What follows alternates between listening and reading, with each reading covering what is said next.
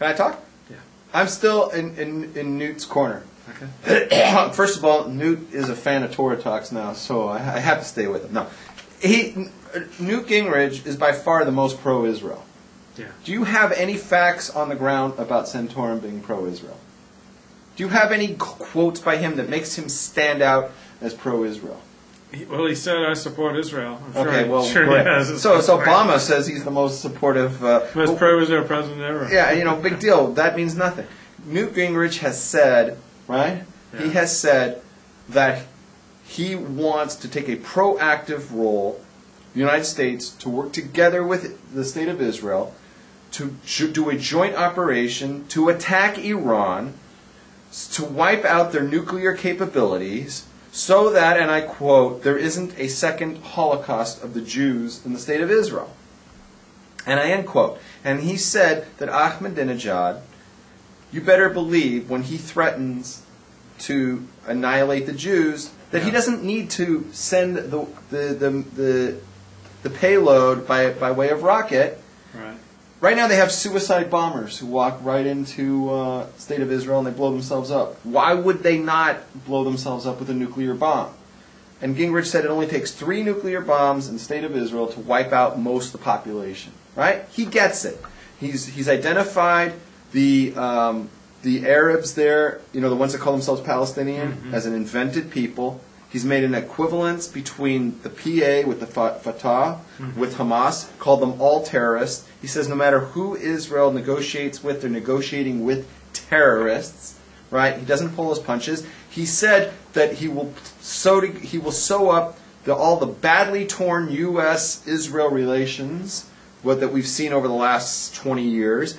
On the first day he takes office, because he will move the U.S. Embassy finally from Tel Aviv to Jerusalem, the recognized capital of the State of Israel. Enough with this anti-Israel, pro-Palestinian crap that we've seen from the past administrations. And if you don't believe he's going to do it, keep in mind that in 1998, when he was Speaker of the House, he was the one who passed legislation to move the embassy to Jerusalem, but of course Clinton vetoed it.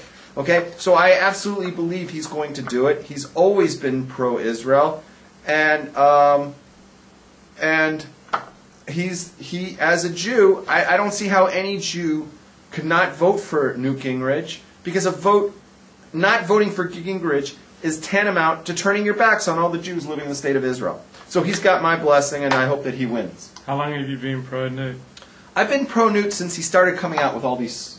He took this very aggressive pro-Israel stance about 3 weeks ago. He started with it. No? Yeah, about a month ago. About a month ago, and it makes sense. The guy's a political genius, right? Yeah. He's not trying to win the Jewish vote. Is anybody crazy enough to think that getting the Jewish vote will help you get the Republican nomination? It won't. Right.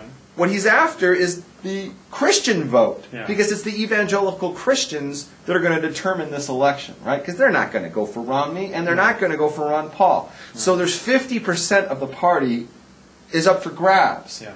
He knows that he doesn't have, like you said, the personal life to compete with these other guys, right? He knows that when it comes to financial, fiscal... Fundraising. Fiscal conservatism, Yeah. he's not going to win. Yeah. Right? Because he's done some, Yeah. he's made compromises. Yeah. Right? Where can he win? He can win by making Israel the center issue of the election. To other people, it's not that important. But to the evangelical Christians, it's everything. They love Israel more than Jews do. Right? To an evangelical Christian, they believe that he who blesses the Jews will be blessed, and he who curses the Jews will be cursed. Right?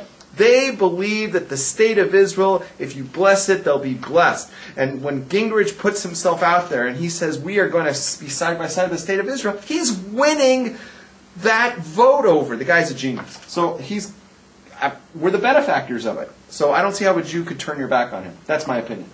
You pick Santorum. Happens to be my comedy coach, right? It was Rick Santorum. No.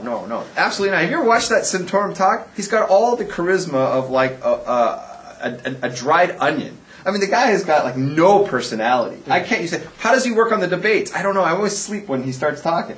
Santorum is the most boring guy in the. He's such a goy, right? He's up there like he always like talks about like Jesus and stuff. I mean, he's really a goy. Now, here's the thing.